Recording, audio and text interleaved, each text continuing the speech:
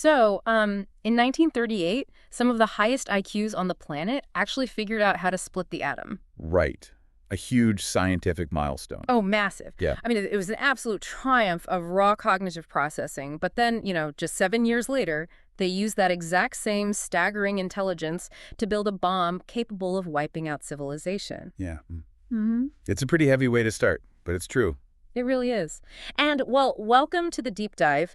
Today, we are looking at this really terrifying question that applies just as much to our personal lives as it does to human history. And that is, are we getting smarter while simultaneously getting more foolish? I mean, it's really the defining contradiction of our time, isn't It's it? complete. We operate under this default assumption that accumulating more knowledge automatically makes us better equipped to handle the future. Yeah. But the source text we're analyzing today, which is this really deeply analytical dialogue between two figures named Maya and Nick, it completely dismantles that assumption. It really does. Yeah, they make this incredibly compelling case that we have fundamentally confused intelligence with wisdom. And for someone like you listening to this right now, someone who actively seeks out new information and, really wants to be well informed, this distinction is everything. Absolutely. We are going to unpack the crucial difference between raw cognitive processing and sound judgment.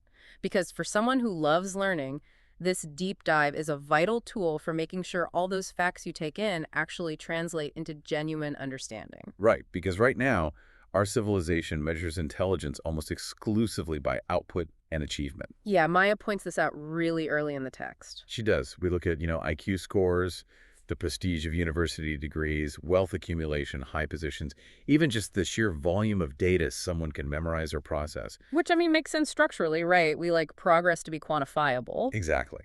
A high IQ score or a massive quarterly profit is easy to measure. But the trap, as Maya articulates it, is assuming that those metrics inherently produce sound judgment. Right. We see someone who is highly successful or mathematically brilliant, and we just automatically outsource our trust to them. We really do.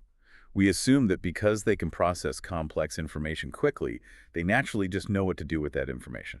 But then Nick counters that assumption by kind of dragging us through the track record of human innovation.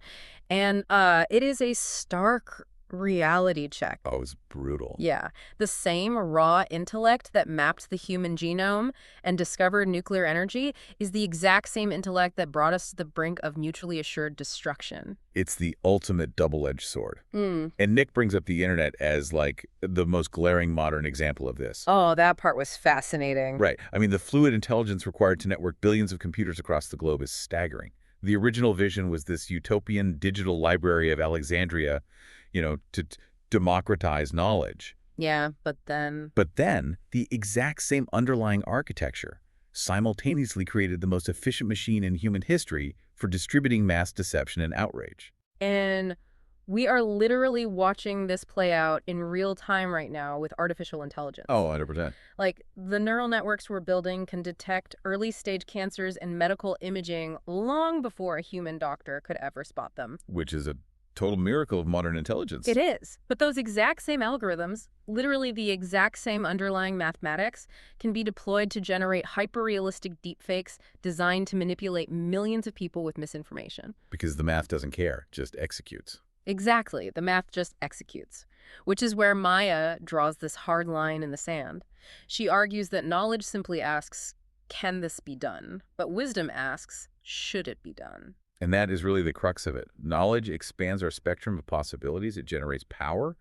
But wisdom is the restrictive mechanism. It evaluates the consequences and dictates how or even if that power should be used. Okay, let's unpack this because the distinction here needs to be razor sharp. I was thinking about it like this. If intelligence is the high-performance engine of a race car, wisdom is the steering wheel and the brakes. Oh, I like that. Right, because you can have the most powerful engine on the track, but if you don't have a steering wheel, that power is just going to put you straight into a wall. And this kind of relates to that analogy Maya uses in the text, where she talks about an airplane. Right, the aircraft analogy. She describes handing the controls of a state-of-the-art, powerful aircraft to a highly curious, exceptionally bright child. Right. The potential energy there is massive. But because the child lacks the experiential judgment to, navigate turbulence or safely land the plane, all that raw power just translates into an inevitable crash. What's fascinating here is how clearly that illustrates the danger. Knowledge expands our possibilities and our power, but without wisdom to evaluate the consequences and guide that power, our knowledge, both personally and as a society, just becomes completely directionless. It does. It becomes a runaway train. Or, well, a runaway aircraft in this case. Yeah. But wait, hold on. Let me push back on this a little bit, specifically the biological separation of these two things. Because I understand the difference between intelligence and wisdom conceptually. But the text implies they are entirely separate functions in the brain. And that doesn't completely make sense to me intuitively. How so? Well, if my brain has a faster processor, if I high fluid intelligence, shouldn't I naturally be able to calculate long-term risks faster and better? Why wouldn't those two things scale linearly? It's a totally logical question, and it's exactly why Nick dives into the neuroscience during their dialogue. The reason they don't scale linearly is because the prefrontal cortex, which is the seat of judgment, impulse control, and long-term planning, it operates on a completely different metabolic and evolutionary timeline than our basic cognitive processing centers. So you're saying that being able to solve a complex puzzle quickly doesn't use the same biological hardware as deciding whether you should solve the puzzle in the first place. Exactly. Fluid intelligence, pattern recognition, and working memory, they rely heavily on networks distributed across the parietal and frontal lobes. And those pathways can fire with incredible speed. Right, the raw processing power. Right. But the reflective capacity to pause, to inhibit an immediate reaction, and to weigh multi-generational consequences, that happens primarily in the prefrontal cortex. And neurologically speaking, these areas don't just automatically synchronize because you have a high IQ. Wow. Yeah, you can possess off-the-charts processing speed, but have virtually no executive function. They are entirely separate biological tools. And Nick ties this biological divide directly back to evolutionary psychology, which is just wild to think about. It really is. He points out that evolution shaped the human brain strictly for immediate survival. If you are a hunter-gatherer on the savannah, your brain is this massive energy-hogging organ. Right, it takes a lot of calories to run a brain. Exactly. So evolution optimized it to react to the predator immediately in front of you, or to secure the calories that are immediately available. The biological mandate was passing on your genes today. It wasn't conceptualizing the ecological balance of the savannah, 50 years from now. Right. Evolution simply never demanded that we possess the capacity to pause and consider consequences that stretch across decades or centuries. It's just not a natural human reflex. Because it requires too much energy. Exactly. It takes an immense amount of metabolic energy to suppress immediate gratification in favor of some abstract long-term benefit. Which brings us to the blank slate theory they discuss in the text. Yes, this is a crucial point. Right, because if we aren't hardwired for long-term wisdom, how do we get it? And the theory suggests that no child is born wise. Wisdom isn't innate. You might be born with a genetic predisposition for high intelligence, but wisdom is not a genetic trait. It's entirely environmental. Wisdom requires deliberate scaffolding. It has to be learned, practiced, and cultivated by your environment through trial and error, social feedback, and just deep reflection. Okay, but here's where it gets really interesting. Oh, I know where you're going with this. Yeah, because if our brain requires deliberate environmental scaffolding to build wisdom-slow, painful error correction, then we need to take a really hard look at the modern environment we're living in. Yep. Because if our environment actively rewards cleverness and speed over deep reflection, aren't we essentially hardwiring our brains to optimize for the exact opposite of wisdom? If we connect this to the bigger picture, that mismatch is exactly what Nick and Maya identify as the defining danger of our civilization. It's terrifying when you phrase it like that. It is. We have this rapidly compounding, almost exponential technological influence over nature. But our wisdom, because it's biologically stunted and environmentally starved, is growing at a snail's pace. The gap between our rapidly growing technological influence and our slowly growing wisdom is the primary existential threat we face. Which lands us squarely in Maya's observation about the paradox of the 21st century. She notes that our challenge today isn't a lack of intelligence. I mean, we have plenty of that. We're swimming in it. Right. It is a severe, almost fatal shortage of wisdom. Right. And you see it everywhere. Never before have so many people had access to so much information. I mean, within seconds, anyone can pull up oceans of data on astronomy, medicine, physics, history, languages, philosophy. But despite all of that frictionless access to human knowledge, confusion just continues to grow. We are drowning in information, but we are utterly starved for understanding. It's the ultimate paradox. And I think this is highly relevant for you listening right now as someone navigating this digital landscape daily. It is exhausting trying to stay genuinely well-informed today. It's a full-time job. It really is. Because if data storage was the same as wisdom, my smartphone would be the greatest philosopher on Earth. That's a great way to put it. Maya actually uses a similar metric. She points out that a computer server can store more information than any human being ever could. But that server isn't wise. No, of course not. Reading thousands of books and collecting facts does not guarantee sound judgment. It just gives you a larger database to pull from when you want to rationalize a bad decision. Wow. Yeah.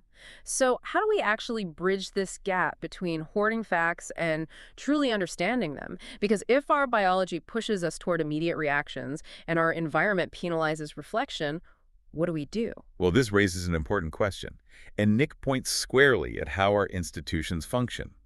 He observes that society has created this massive inversion where certainty is heavily rewarded over humility. Oh, that makes so much sense. Think about the attention economy or the political landscape. Who gets elevated? The person who says, "I am certain," Exactly. The person who stands at a podium or posts online with absolute, definitive certainty, they get the funding, the algorithmic boost, the followers. precisely. We naturally gravitate toward individuals who project absolute certainty because it allows us to outsource our own cognitive load. Oh, wow. Because if they are certain, I don't have to burn metabolic energy trying to figure out the nuance. Exactly. The mechanism of society selects for overconfidence. Meanwhile, the person who says, "I don't know, the data is complex, let's reflect on this," is rarely celebrated. They're usually punished by the algorithm for lacking engagement. Right. They're seen as weak or indecisive. That is deeply unsettling when you break down the mechanics of it. So if modern society inherently rewards certainty and raw data, we have to look at how we can actively and deliberately cultivate true wisdom. What is the antidote here? Nick argues the antidote relies on a very specific recipe: rigorous reflection, radical humility, and relentless curiosity. And it really all hinges on the immense power of admitting one simple phrase: "I may be mistaken." I may be mistaken. Yeah, he highlights it as one of the most intelligent sentences a human being can say. Which seems so counterintuitive in a culture that worships being right. Why is admitting you might be wrong a marker of high intelligence? Because of the profound biological shift that happens the moment you say it. When you operate from a position of absolute certainty, your brain is in a defensive posture. You're using your processing power to defend your existing mental models. Right, you're just protecting your ego. Yes. But the precise moment you say, "I may be mistaken," you literally open the cognitive door. The brain shifts from a defensive, rigid state into an open, neuroplastic state. It is the exact moment that learning begins again. If you are certain, the door is shut. Your processor might be running at top speed, but it's just spinning its wheels in a closed loop. Exactly. And this isn't just modern psychology. Nick brings up historical precedents in the text to show how ancient cultures understood this long before we had neuroscience. Like what? Well, he mentions the Proverbs, which explicitly call wisdom more precious than gold or raw knowledge. And he brings up the ancient Stoics, who structure their entire philosophy around rigorous self-examination. Right, the Stoics were huge on assuming their initial perceptions were probably flawed. Exactly. They actively urged daily self-reflection because they knew wisdom wasn't natural. It had to be maintained. Which leads into this concept Maya introduces near the end of their dialogue, which she calls the time traveler. Yes, I love this part. It's so good. The time traveler's belief is that the future won't belong to those who simply know the most. I mean, in an era of AI, knowing facts is just a commodity. Right. Your phone already knows more facts than you do. Exactly. So the future will belong to those capable of learning, questioning, changing, and growing. Because ignorance isn't the greatest danger we face. No, not at all. The greatest danger is the arrogant belief that our learning has ended. It's the illusion of certainty. So what does this all mean? Well, synthesizing Nick's broader point, I'd pose to you, the listener, that true intelligence shouldn't be measured by the number of answers you possess, but by the number of meaningful questions you continue to ask. That is beautifully put. And Maya lands this entire debate with an incredibly profound shift in perspective. She argues that the ultimate question for our civilization, and really for you in your own life, is no longer, how smart are we? Right, that question has been answered. We are very, very smart. We can split the atom and sequence DNA. The question we must relentlessly ask now is, What are we using our intelligence to become? What are we using our intelligence to become? That is It powerful. completely reframes the goal. It really does. So let's briefly recap the journey of this deep dive. We started by exploring the dangerous difference between raw processing speed and the prefrontal cortex, separating just being smart from actually having sound judgment. Right. Looking at how evolution hardwired us for immediate survival, Mhm. not long-term consequences. Exactly. And we unpack the modern paradox of how our society and our algorithms actively reward the defensive posture of certainty while penalizing the crucial pause of curiosity. And we learned that wisdom is not natural. It's a deliberate choice. A deliberate choice to evaluate the consequences of our knowledge. Which leaves us with one final, deeply structural thought to consider. Lay it on us. We know that true wisdom requires the slow, deliberate evaluation of consequences across generations. It requires the biological humility to pause and reflect. But our technology is now advancing at a speed that vastly outpaces human biological evolution. So, will the ultimate test of human wisdom eventually require us to intentionally pause or slow down our pursuit of knowledge just to give our judgment time to catch up? Wow. That is a staggering proposition. Do we have the collective wisdom to actually hit the brakes just so our judgment can catch up? I want to warmly encourage you to take that thought with you into your day. Next time you encounter new information or find yourself fiercely defending a position, embrace that cognitive shift, say the phrase, "I may be mistaken," and keep asking great questions. Thank you for joining us on this deep dive.